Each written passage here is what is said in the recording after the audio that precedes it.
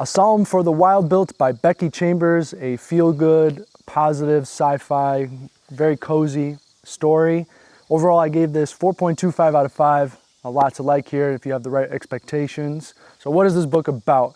Well, the book is it's a short story that's following a monk who's feeling a sense of wanting more. And this book is exploring themes of identity, ambition, nature, people needing a break, needing something fresh, something new in your life. And I think these themes will have a lot of relevancy for the reader. And the background that this is set on is it's 200 years or so after robots gained consciousness and humans extending a hand, might be the wrong way of putting it, but humans say, okay, you are citizens and you're more than welcome to stay among us. The robots reject and they kind of go into the forest. So these themes, and also purpose, that's a big theme in this. Like, what is purpose? What does purpose mean? How do you find purpose? These kinds of themes. And this is really, with Becky Chambers, it's going to always be like a kiss on the forehead, really cozy. And so if that's kind of feeling good to you, then you're going to enjoy this book. And it's only about 150 pages. And I don't usually enjoy short stories or novellas, but I actually really did quite enjoy this. So what did I like and didn't like? Well, again, I liked the coziness of this, the positive science fiction, something that's going to make you rethink science fiction, something that's going to have some themes that are relevant to you. I've liked all of her major books so far. There was a couple misses, but in general have enjoyed A Long Way to an Angry Small Planet is one of my favorite books of hers, and it's one of my favorite all time.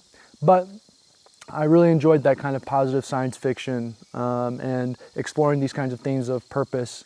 And the monk who's basically starting a new vocation, he's just needs something new, we're following him on this journey that he needs something new, and he does do that.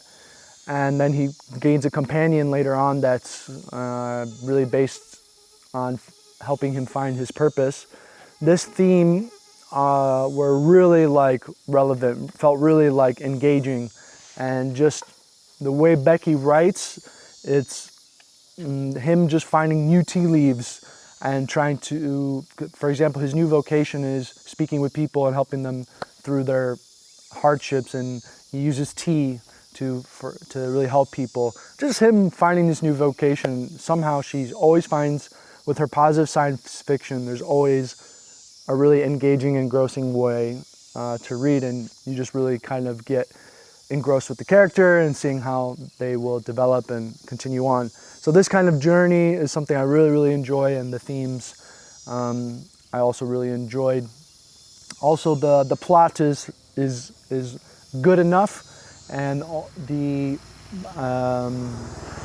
prose is good enough, and just, yeah. The only two things I didn't like, one is, especially towards the end with the theme of purpose, it felt a little bit too blunt as opposed to being kind of shrouded in the story overall. It did sometimes feel like I was getting bludgeoned in the head on purpose and kind of that based on the plot. You know, I prefer personally when the theme is kind of enshrouded into the story, so it's not so overt.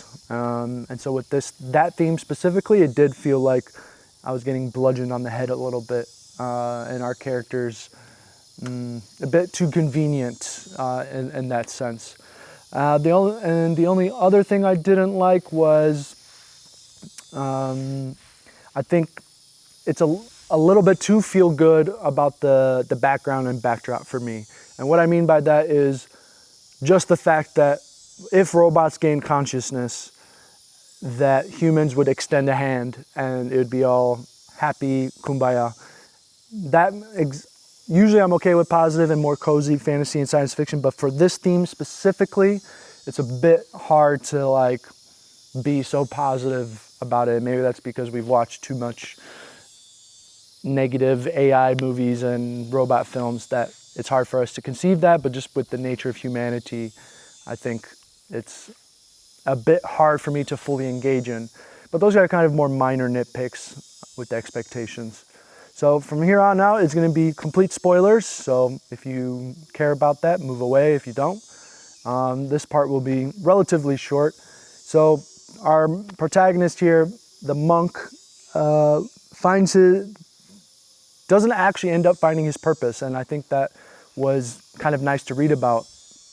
The conversation between him and the robot, there was some really, really cool back and forth between them about purposeness. And actually, the smaller you go, this is one of my favorite parts, the smaller you go, the more robotic things are. And what I mean by that, or as the robot kind of goes through, is, well, an ant is probably more robotic than a robot, because an ant is doing kind of the more basic survival mechanism of food good, danger bad, right? And as you go further up in cognitive ability, then the more complex these neurons and axons engage in, I suppose. And I did like that there was a bit fresh on a really nice kind of engaging explanation on actually maybe robots wouldn't be that logical and pragmatic, I suppose. Like it wouldn't quite be that way. And that explanation, I really enjoyed that, and it made the conversation of purpose far more engaging. And I know I did complain about that was one of my dislikes, but overall I think that conversation was quite engaging, though the backdrop or the plot of where it happened was a bit too convenient to me. Other things that I felt I wanted to talk about this book, just with cozy, positive sci-fi, I do think we don't have enough about it, and Becky Chambers is one of the best in the game. So for 150 pages, it's going to feel really relevant to you, right? Like when he's trying to change his vocation, he needs something new. I think we've all felt that, especially as we've gotten older. We've all felt that sense of, okay, what am I doing? Like, is this what I'm supposed to be doing? Like, we all have those kinds of questions, and I think that this book really explores that when he changes his vocation to tea, and then he finds success in that, and it's just not enough, and he just wants to explore the mountain, and being able to do that on your own. Maybe that's another theme, like independency and this kind of theme. I do think that I would have liked to have seen him see more engagement about him engaged in his vocation. I know we just kind of got nitpicks of that, but that would have helped the coziness a lot more, I think. Like seeing more of him, because we kind of jump a couple years ahead and he finds that success. I would have liked just a little bit more of him, seeing him struggle through that new vocation and him getting good at that and what that means and what that doesn't mean, and being engaged in that.